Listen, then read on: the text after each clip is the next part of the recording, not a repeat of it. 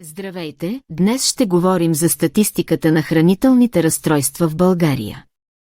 Според Националния статистически институт, над 40% от момичетата и младите жени в България имат хранителни нарушения.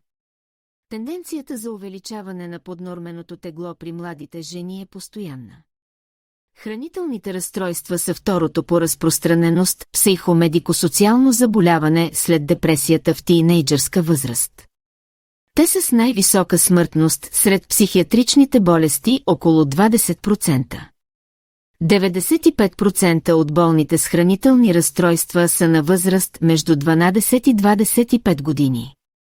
20% от момичетата и 8% от момчетата на възраст между 10 и 19 години са в риск от развитие на някакъв вид хранително разстройство.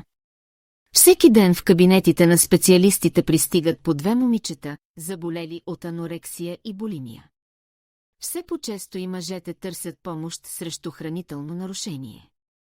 Около 5% от мъжете също страдат от анорексия. Смъртността при заболяванията е 20% по-висока дори от тази при зависимостите.